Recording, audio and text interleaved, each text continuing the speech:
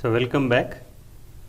In the previous class we have seen that there are various sensory organs, of which the sense of sight, the sense of taste, the sense of smell, the sense of hearing and balance, all these are maintained, or we can say they are regulated by various sense organs.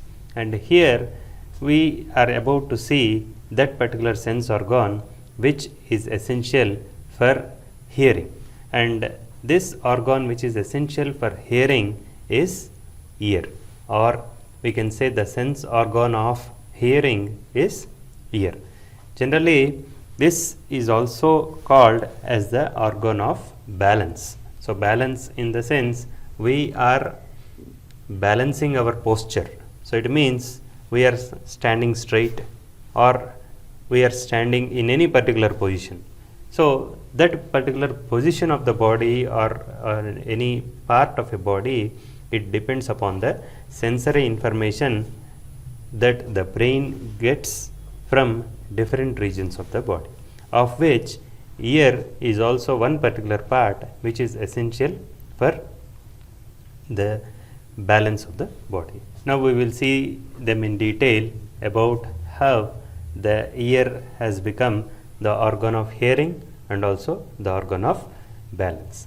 Generally this ear, it is supplied with an eighth cranial nerve, and this eighth cranial nerve, it is an sensory nerve, and I think you could recollect this eighth cranial nerve, that is, it is vestibulocochlear nerve.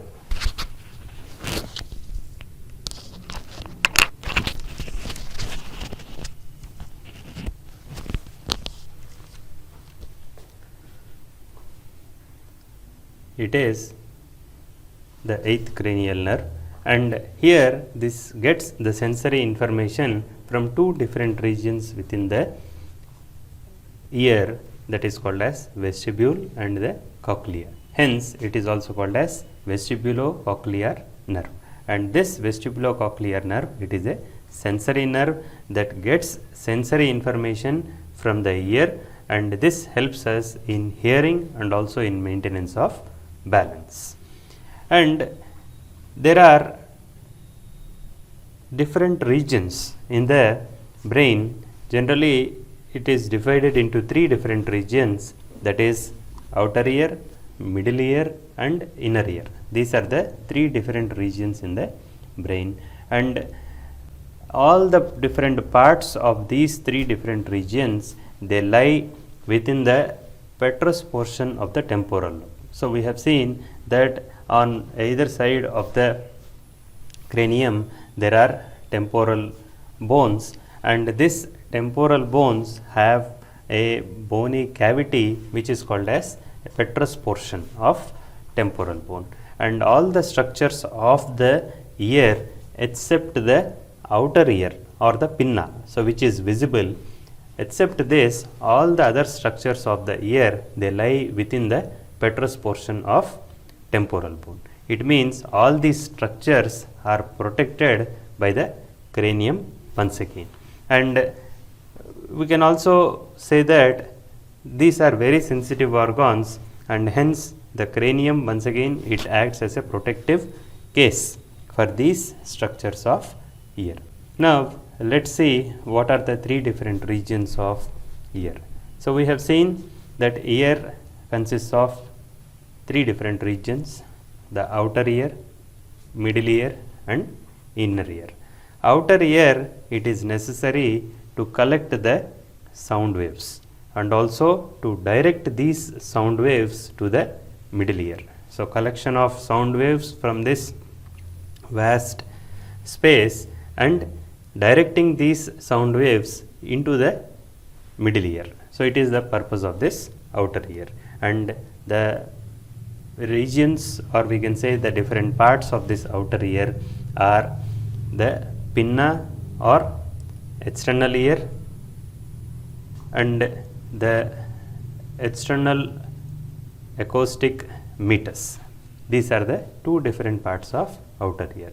They are pinna and external acoustic meatus. Whereas the middle ear, it is next to the outer ear, and this middle ear, it is also called as tympanic cavity. So it is called as tympanic cavity, and this is essential for transport of the sound waves from the external source to the middle ear, inner ear. It means the sound waves from the external space, they are conveyed through the outer ear, they are transmitted to the middle ear, and the purpose of the middle ear is to transmit these sound waves into the inner ear. And this inner ear, it converts these sound waves into nerve impulses. So the purpose of inner ear is conversion of these sound waves into nerve impulses and as an aid in hearing and also in balance. So in this way, these are the three different regions in the brain which we will be discussing about in detail. They are outer ear, middle ear and inner ear. Now let's see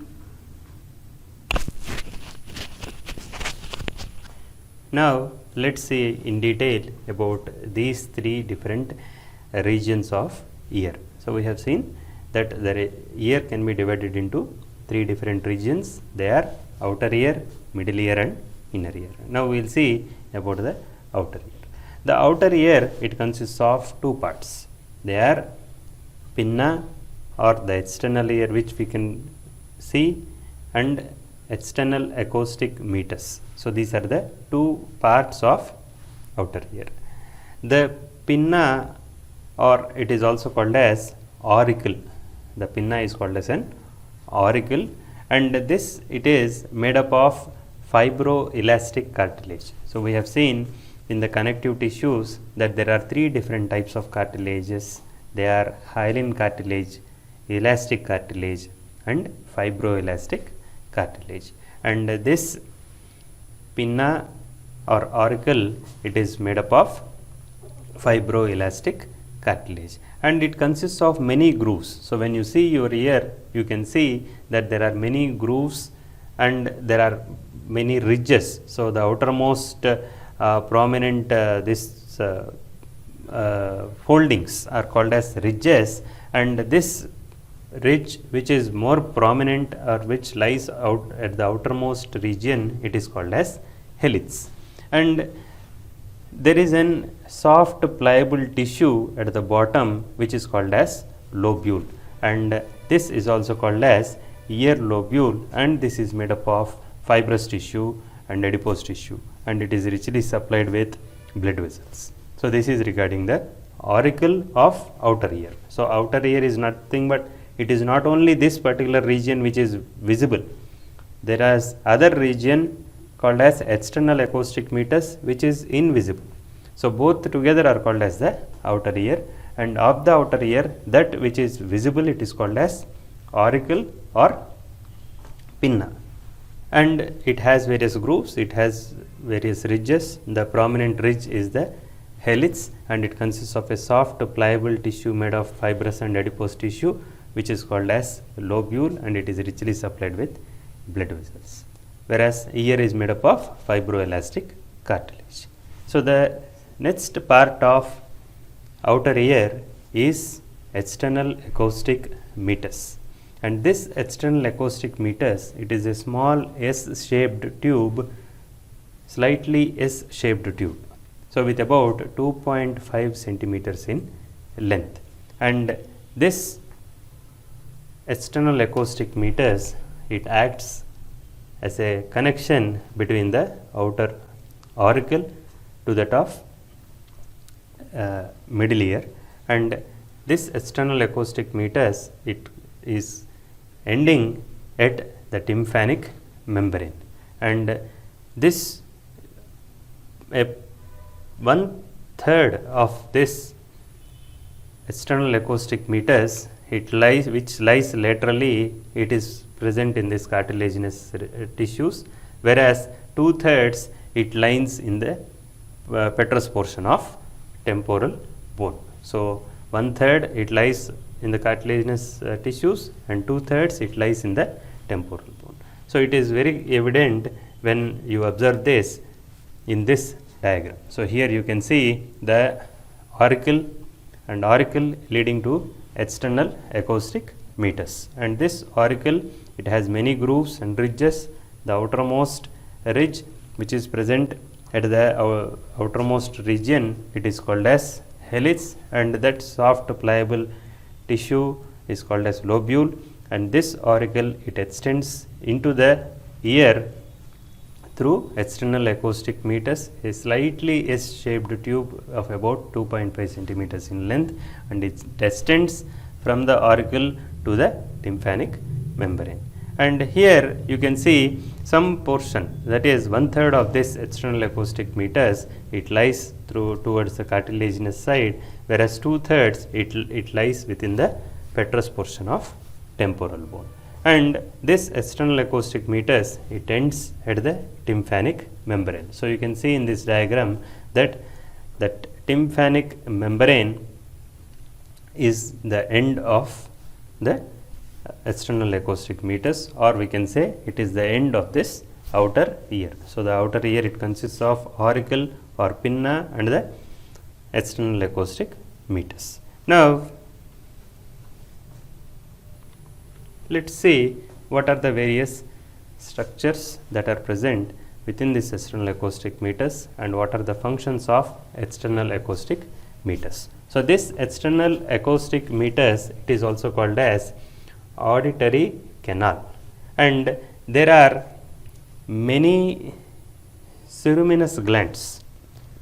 Ceruminous glands are modified sweat glands. So we have seen that there are sweat glands, and of these modified sweat glands are called as ceruminous glands. And this auditory canal, it also has hairs which are associated with sebaceous glands. The hairs associated with sebaceous glands also, they line the auditory canal, and there are many ceruminous glands. And this ceruminous glands, they secrete a substance called as cerumen, or which we generally call it as an ear wax, and it has many bactericidal enzymes such as lysozymes and various immunoglobulins, and the hair-like structures and this cerumen, these are necessary for entrapping or collecting any microbes or any particulate substances that enter into the air, so that they will prevent these microbes or external dust to enter into the ear. And generally when we are talking or when we are eating, the movement of this temporomandibular joint, it allows massage of this auditory canal, so that this wax which is secreted, it moves outside. And the hair follicles, we have seen that they are associated with sebaceous glands, and this sebaceous glands, they are involved in secretion of sebum. Whereas the tympanic membrane is the one which this external acoustic meatus ends. This tympanic membrane, it separates the external ear from that of the middle ear, and this is made up of three different types of tissues. The outermost tissue which is present towards the auditory canal, it consists of skin, so which is hairless. So it consists of hairless skin, whereas in the middle it consists of fibrous tissues, whereas in the inner it consists of mucous membrane, and this, it is continuous with the middle ear.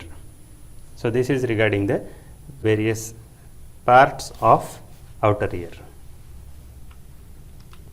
Now let's see the middle ear. So in this diagram you can see the outer ear, which starts from the auricle or pinna to the external acoustic meatus and the tympanic membrane. And this tympanic membrane, once again, it is continuous with the middle ear, and here in this middle ear, which is colored blue here, and this tympanic membrane or middle ear, it is generally air filled sac. We can say that it is filled with air, and this pressure within this middle ear, it is equivalent to that of atmospheric pressure. It means the pressure that is present in outside atmosphere, it is equivalent to that of pressure that is present within the middle ear, and this pressure, it is maintained by the tube which is called as pharyngotympanic tube. Pharyngotympanic tube, so you can see, which is a tube which is connected from the middle ear to the pharynx, or it is also called as auditory tube. It is called as pharyngotympanic tube or auditory tube. The air atmospheric air equivalent to the atmospheric pressure, so it is supplied to this middle ear through this pharyngotympanic tube or auditory tube from the pharynx. Generally this tube, it is closed, so whenever there is a difference in the atmospheric pressure, this tube opens with a pop sound, so that the air, it enters into the middle ear. Now let us see what are the structures that are present in this middle ear. So here we have seen the middle ear, it conveys the sound waves from the external ear to the inner ear, and we will see what are the various structures that are involved in this and in what way they are conveying these sound waves from the external ear to the internal ear.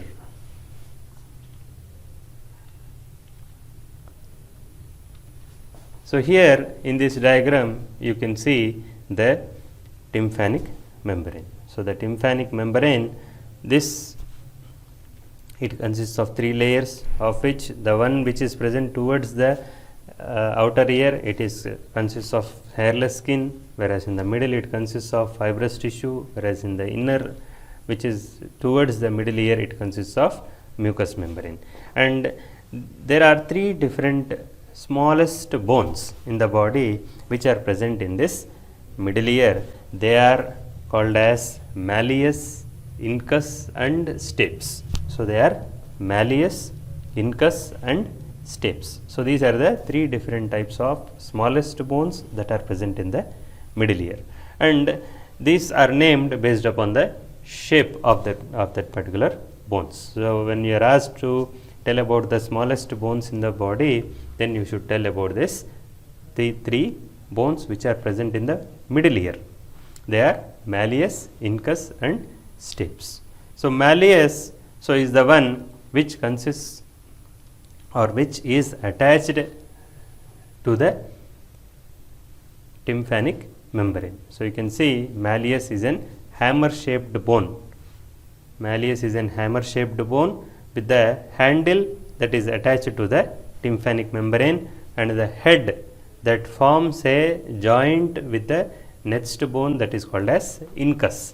And this incus, it is also called as incus because of its anvil shaped bone. It is because of its anvil shape, it is called as incus. And generally in previous chapters you have studied about different types of joints, and here these 3 bones are attached with each other by synovial joints. They are attached with each other by synovial joints, and there are various ligaments which keep them in position.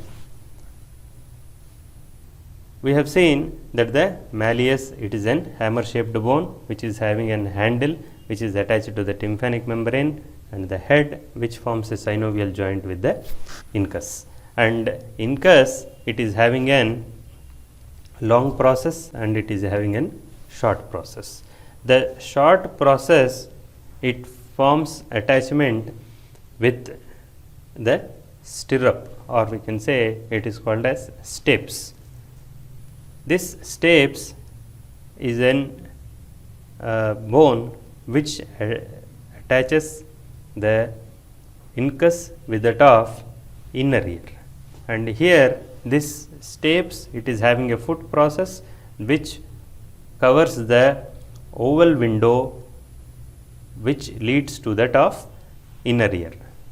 So malleus, it is attached to the tympanic membrane, whereas incus, it is attached to the oval window of inner ear. So in this way, these three bones are attached with each other by synovial joints, so that they can vibrate or they can move based upon the sound waves that are coming into the ear and which are stimulating or which are moving the tympanic membrane. And this tympanic membrane, it is also called as ear drum, because when air is beating on this drum moves forward and backward, and this movement of this tympanic membrane or ear drum will allow the muscles to move simultaneously in a synchronized way, so that all these muscles, they move along with the sound waves that are coming into the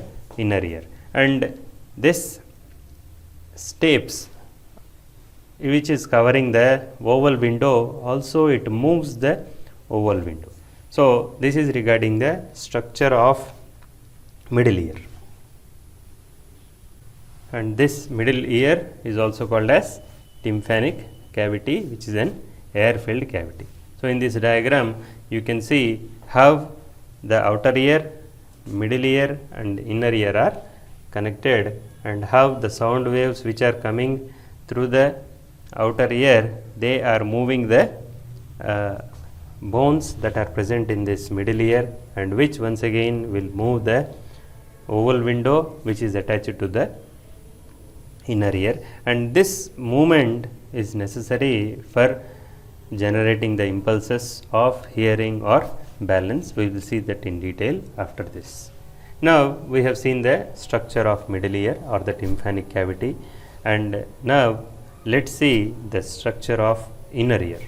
As we have seen that these three small bones, they are called as auditory ossicles, and these auditory ossicles are malleus, incus and stapes. So malleus, it is an hammer shaped bone, and it has an handle which is attached to the tympanic membrane, and it is having a head which forms a synovial joint with the incus. Whereas incus, it is a anvil shaped bone, and it has the body that is attached with the malleus, and it has a long process that is attached with the stapes. Whereas the stapes, it is also called as a stirrup shaped bone, and it has its head which is attached to that of incus, and it is having a foot plate which is attached to the oval window of inner ear. Now let's see about the inner ear. So this inner ear, it is also called as labyrinth. Labyrinth in the sense, it is an maze. Maze where it consists of different paths and which are confusing, and hence it is also called as maze or labyrinth. And this inner ear is having such arrangement, hence it is called as a labyrinth. And let's see what all are the organs that are present in the inner ear. And in this inner ear, it consists of the organs of hearing and also the organs of balance. It consists of both organs of hearing and organs of balance. Now let's see the general structure of this inner ear. The general structure of inner ear, it consists of two different labyrinths.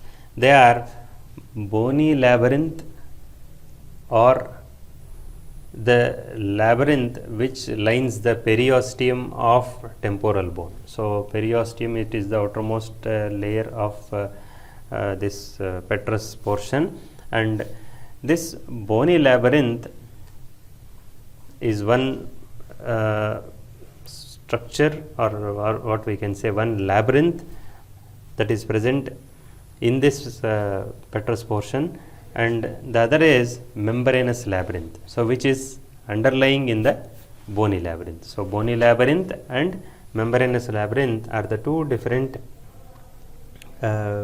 visible arrangements of these organs that are present within the ear. So we have seen that there are organs of hearing and the organs of balance, both are present within the inner ear, and these they are arranged as bony labyrinth and membranous labyrinth. So in this diagram you can see that particular regions of ear which are continuous with that of middle ear. So we have seen the middle ear, it is continuous with that of inner ear, and inner ear consists of organs of hearing and organs of balance, and this organs of hearing it is called as cochlea, whereas the organs of balance they are called as semicircular canals. So here in this diagram you can see that a curved structure which appears to be like an shell of a snail, it is called as cochlea, and cochlea it is the organ of hearing. In the same diagram now we can see that there are three semicircular canals, and these three semicircular canals are called as organs of balance. And you can see in this diagram that a region which is colored green in color, this it forms the membranous labyrinth, and the bony structure into which this membranous labyrinth is placed, it is called as bony labyrinth. So the outermost is the bony labyrinth, and that which is present within it is called as membranous labyrinth. And this membranous labyrinth and bony labyrinth consists of various different types of fluid, so which are called as endolymph and perilymph. So endolymph and perilymph are the fluids that are present within this inner ear. So that fluid which is present within the membranous labyrinth, it is called as endolymph, and that fluid which is present outside the membranous labyrinth, it is called as perilymph. And here we have seen that these are the structures which are present within the ear, that they are organs of hearing and organs of balance, and we have seen it consists of semicircular canals, it consists of cochlea, and this semicircular canals and cochlea, they are both in association with another structure which is called as vestibule. So and this vestibule is the one which is continuous from the middle ear. So it means we have seen that there are two different types of windows which open into the middle ear. They are oval window and round window, and we have seen that the foot plate of stapes, it is attached to the oval window, and this just below this oval window lies the round window. So all this oval window, round window, semicircular canals and cochlea, all these are associated with this particular structure which is called as vestibule. So these are the structures which are present within the inner ear: vestibule, semicircular canals, cochlea, and that oval window and round window which are associated with the vestibule. So now let us see them in detail. We have seen that vestibule, so it is the region which contains again two different parts which are called as utricle and saccule, so which once again we will discuss, and it consists of three semicircular canals and it consists of cochlea. And generally bony labyrinth, so it is a network of channels, so which has given its name as labyrinth or maze, and it has various cavities in the temporal bone. Within it contains the membranous labyrinth. So outer will be the bony labyrinth and within it will be the membranous labyrinth. So you can see like this: the outermost it is the bony labyrinth, and within this it consists of membranous labyrinth. That membranous labyrinth, it is green in color. Now let's see about these different parts in detail. We have seen that the middle ear, it is continuous with the inner ear from the oval window, and this oval window, it is directly connected to the vestibule. So both the oval window, round window, all these things are connected to the vestibule, and these oval window and a round window, they are located on the lateral wall of the inner ear, and this once again it consists of two different membranous sacs which are filled with fluid. So these sacs are called as utricles and saccule.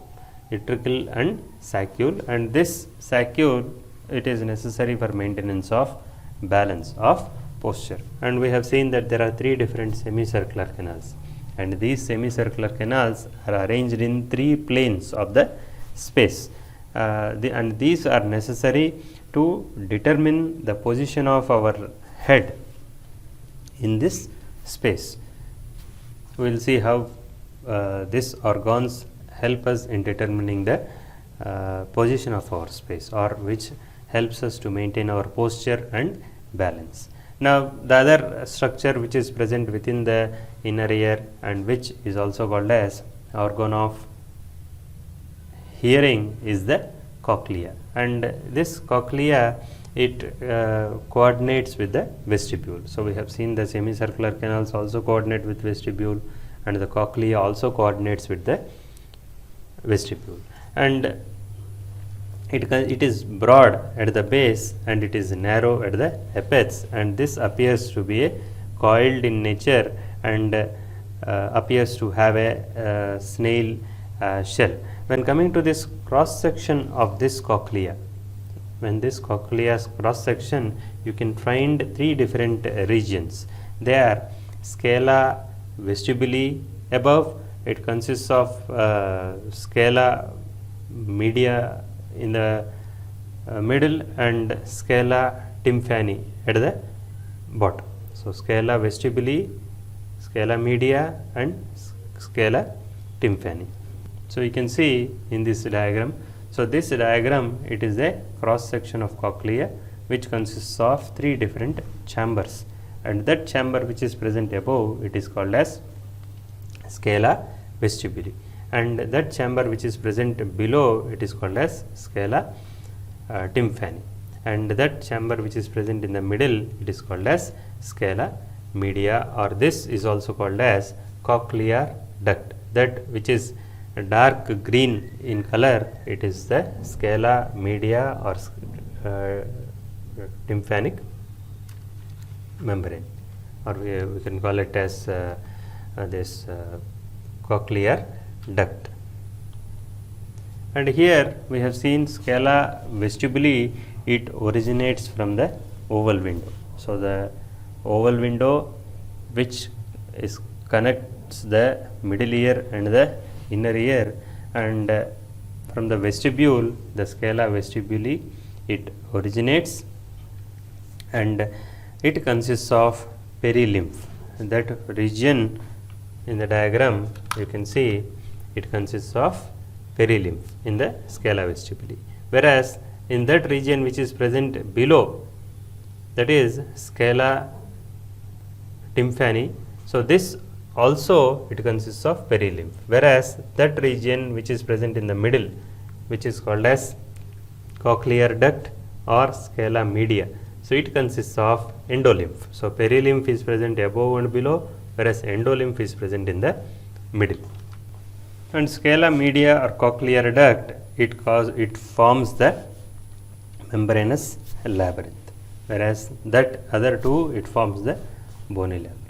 And here the scala tympani, it once again it ends at the round window, which once again is attached to the vestibule, and it is filled with perilymph. And here you can see various structures. So you can see in the cochlear duct or that membranous labyrinth which is present, which is dark green in color, at the base it is having a membrane called as basilar membrane, and on this basilar membrane there are many hair-like cells. There are many hair-like cells on this basilar membrane which are having various supporting cells.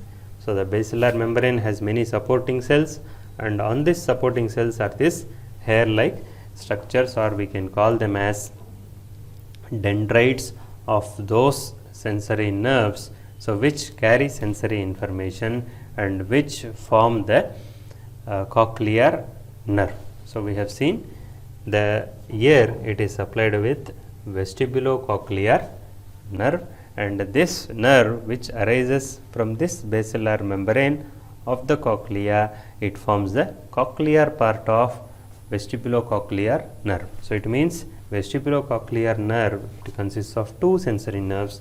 So one is cochlear nerve and the other is vestibular nerve. And here this dendrites which are present on the supporting cells act as sensory receptors, and these once again the axons of these dendrites, they form the cochlear nerve. And this basilar membrane, the supporting cells and the hair-like cells, all together they are called as spiral organ, or it is also called as organ of Corti, spiral organ and organ of Corti. We have seen about the vestibule. Now let's see about the cochlea. So from the vestibule, this cochlea also it originates, and cochlea is having wider base at the vestibule, whereas as it coils or as it moves forward, it becomes, its apex becomes narrower. And this cochlear duct, it is a part of this membranous labyrinth, and this cochlear duct is triangular, roughly triangular in shape. And we have seen that the cells on the base of the cochlea on this basilar membrane are having some supporting cells and hair-like structures, and these hair-like structures act as receptors and they form the spiral organ of Corti. And this spiral organ of Corti, it responds to the vibrations. So here we can see that the cochlear duct, it consists of endolymph, whereas scala vestibuli, scala tympani, it consists of perilymph. Scala vestibuli, it starts from the oval window, whereas scala tympani, it ends at the round window. So we have seen how the auditory ossicles are involved in transmitting the sound waves from the outer ear to the inner ear, and we will see now how this will help in hearing. So this we will be studying under physiology of hearing, and in this physiology of hearing we will start with the sound waves and how these sound waves are transmitted from the external environment into the internal environment. So in this physiology of hearing, generally you will be coming across with the terms such as pitch of the sound and volume of the sound. So these are the two different terms when which we will be coming across when you are talking about sound. And sound waves generally travel in air at a speed of about 300 meters per second, and the waves will determine the pitch and volume of that particular sound.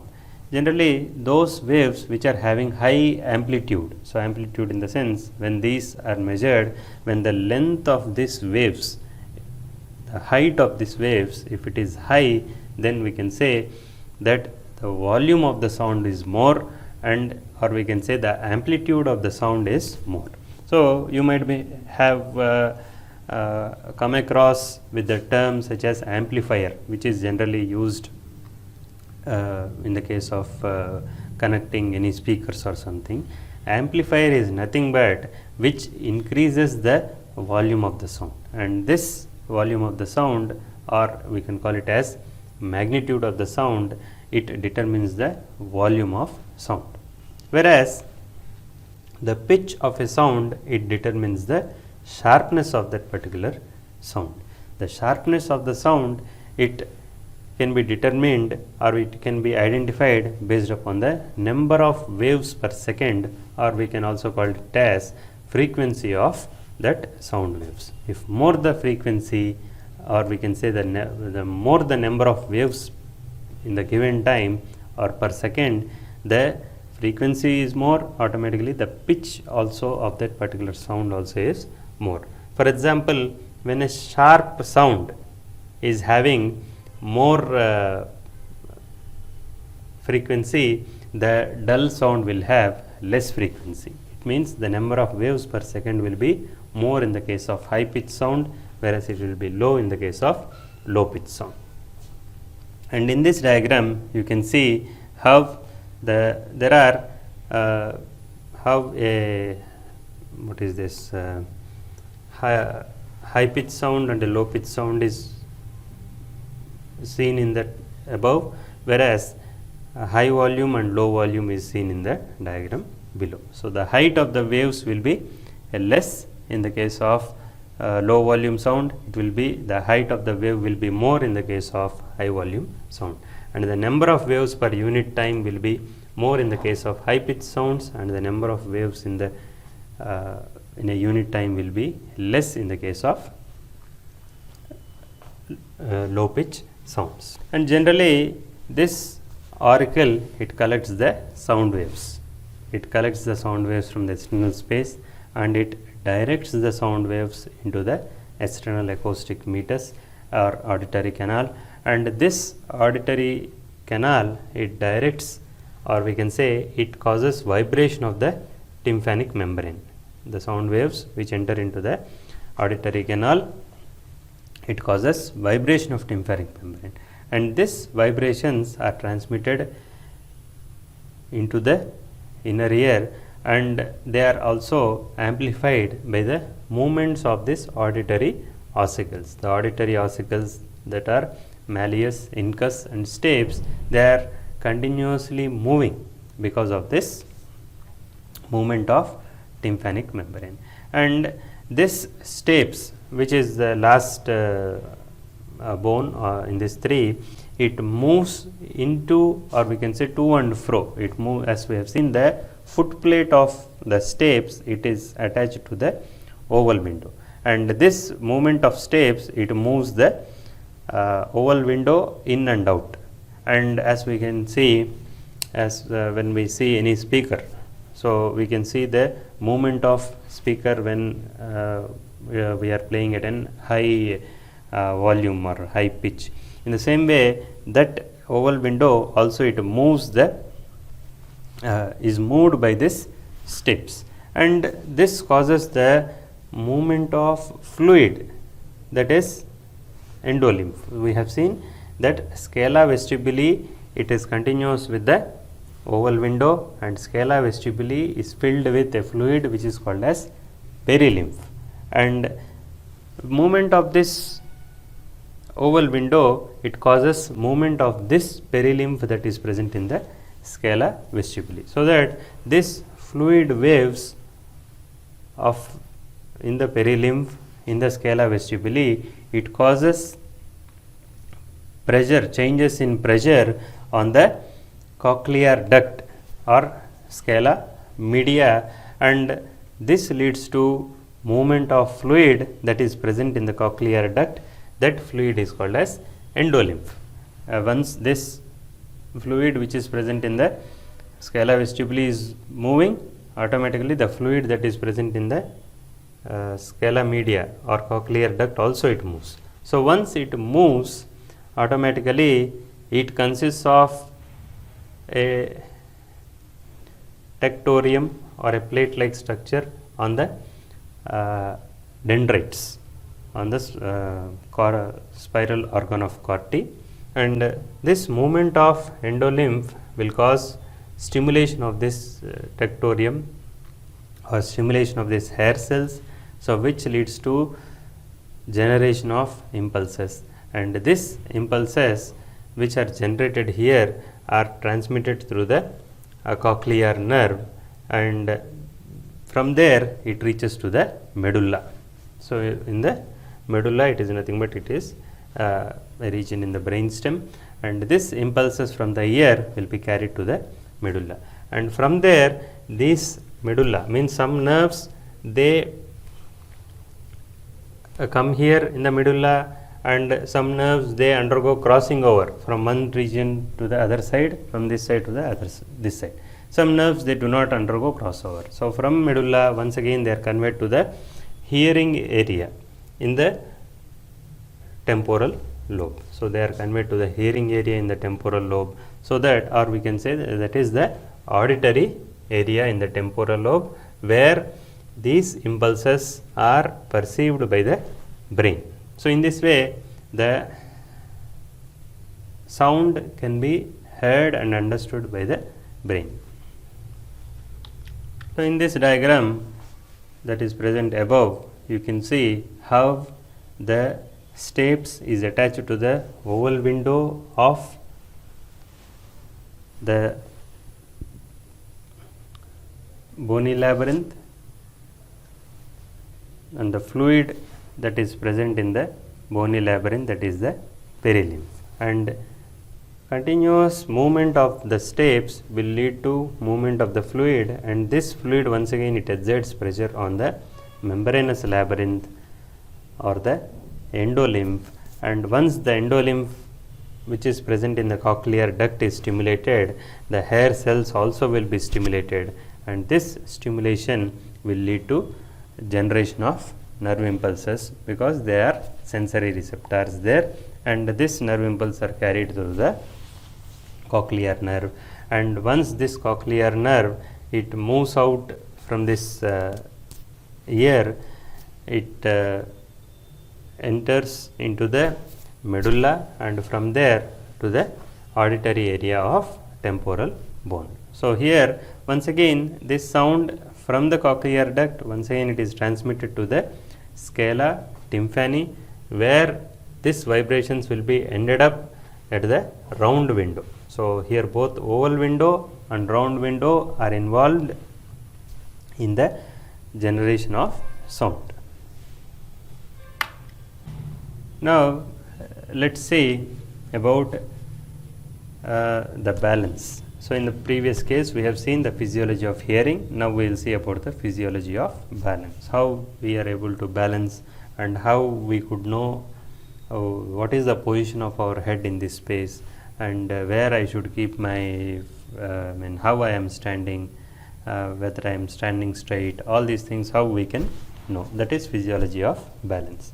And one more thing in the physiology of hearing is high pitched sounds are heard at the base of this cochlea. Because of excessive stimulation at the base of cochlea, the high pitched sounds can be heard. In the same way, high volume sounds also are heard at here, whereas dull sounds, low pitched sounds are observed because of stimulation of narrower or apex regions of cochlea. Now we will see about the physiology of balance. We have seen that semicircular canals and the vestibule, so which consists of, vestibule consists of utricle and saccule. So this utricle, saccule and semicircular canals, all these things they are involved in balance here. And this arrangement of semicircular canals is in such a way that they are oriented towards the three planes of the space, and all these three semicircular canals are associated with the utricle. So from the utricle, one is present above, one is present beside, and one is present behind the utricle. So in this way all these three semicircular canals are associated with the utricle.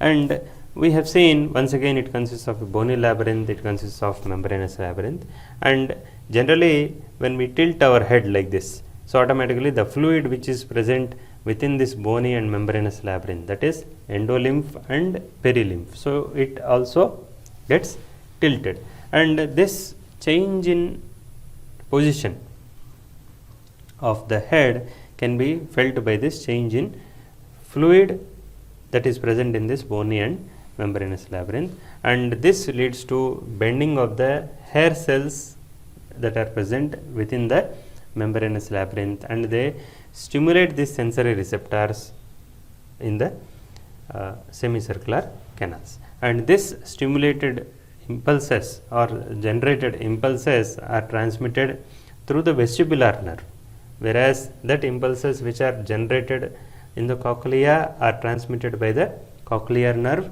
and this impulses which are generated here are transmitted through the vestibular nerve, and this vestibular nerve, it joins with the cochlear nerve to form the vestibulocochlear nerve, and this information, it is transmitted to the cerebellum.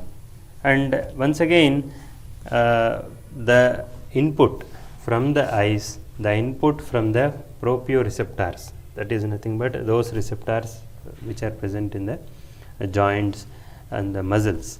This information from the receptors that are present in the muscles, in the joints, and information from the eyes, and information from the semicircular canals, all these things are transmitted to the cerebellum and cerebrum, and this enables adjustments that are needed to maintain the posture and balance of the body.